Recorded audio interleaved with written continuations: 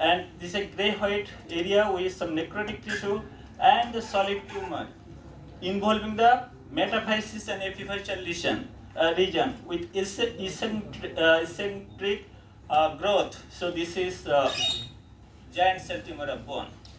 Here, what you get? If you get also soup bowl appearance, what you see in your X-rays, and microscopically there are differential diagnoses with giant cell tumor of bone. When you get many sometimes ABC-like areas, so these are a differential diagnosis. And microscopically you see large number of osteoclast and mononuclear cells. The mononuclear cells are true tumor cells, and other cells are basically reactive cells. So you can see this is osteoclast and these are mononuclear cells and these are tumor cells basically. And this is particular strain which is available nowadays, the histone protein mutation H3F3A. Sometimes there may not be any giant cell, especially when you treat with denosumab, then you get lot of bone formation. So misdiagnosis can happen from the pathology side. You have to be careful about that. So this is another, this is rarely you will get it. You can see also this is part of long bone with a very hemorrhagic mass. And this is the muscle, tendon and fibrous tissue. So if you see a lesion involving the end of the bone with very hemorrhagic tissue, your diagnosis ABC, aneurysmal bone cyst. So these are again differential diagnosis with giant cell tumor, round tumor, and telangiectatic osteosarcoma. Aneurysmal bone cyst, you see fibrous septi with new bone formation, sometimes osteoclast like giant cells and spindle cells. You get hemorrhage. Sometimes this may look like malignancy. So there is also clinical and radiological diagnosis can be overlapped with malignancy. But when it comes to pathology, it's very easy because in malignancy you see necrosis. Here you see here solid areas and cystic areas, but it's very clean outlines. So this is basically solid ABC. Now fish is available nowadays to diagnose these cases. USP6 gene rearrangement. So when you get again the bone, shaft of bone, and if you see some greyish white area, sometimes you get other tissue like this with lot of soft tissue and skin. So it cannot be any benign. It should be a malignant tumor. So when you get any specimen which is having diaphysis, shaft basically, and you see some greyish white areas, sometimes the lesions you get after chemotherapy.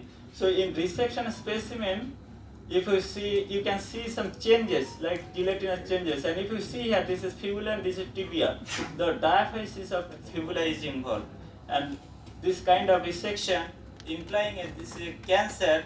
So this would be Ewing sarcoma. So you can do some back calculation and you can get your diagnosis easily. Now this is again Ewing sarcoma. You can see there is a greyish white tumor with necrotic areas.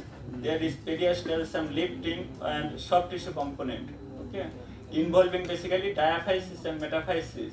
And this is basically round cell tumor, and these are very specific diagnosis even without doing fish. Many people are very fond of fish, but without doing fish, if you get like diffuse immunopositivity, that is quite diagnostic for Ewing sarcoma. We see 1122 translocation EWSR.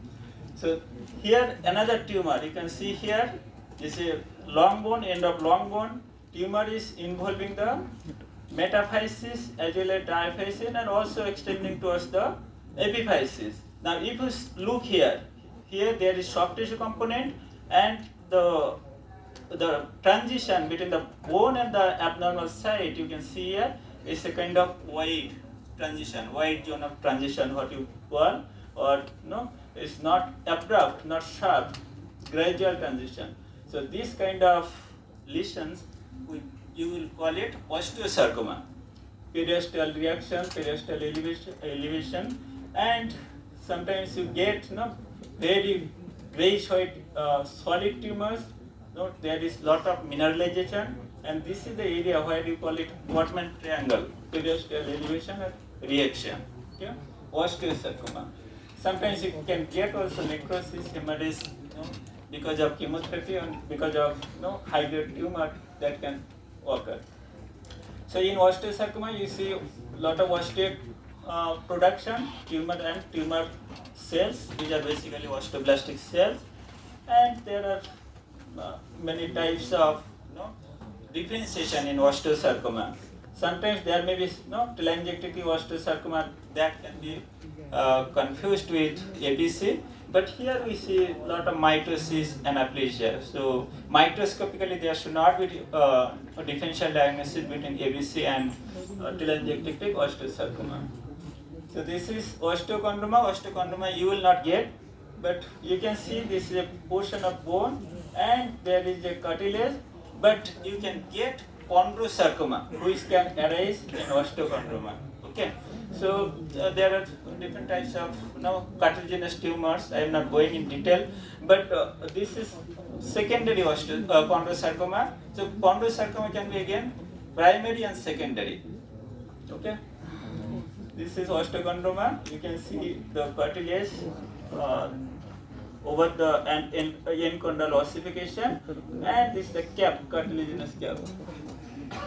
Now here this is a bone which is having chalky white appearance, solid areas. You can see here. This is the head of human acetabular area here. This is the acetabular area. So this is basically a tumor from hip, iliac bone, hip bone. And if you see the grayish white and chalky white area, flat bone, if you imagine, so your diagnosis is easy. This is chondrosarcoma.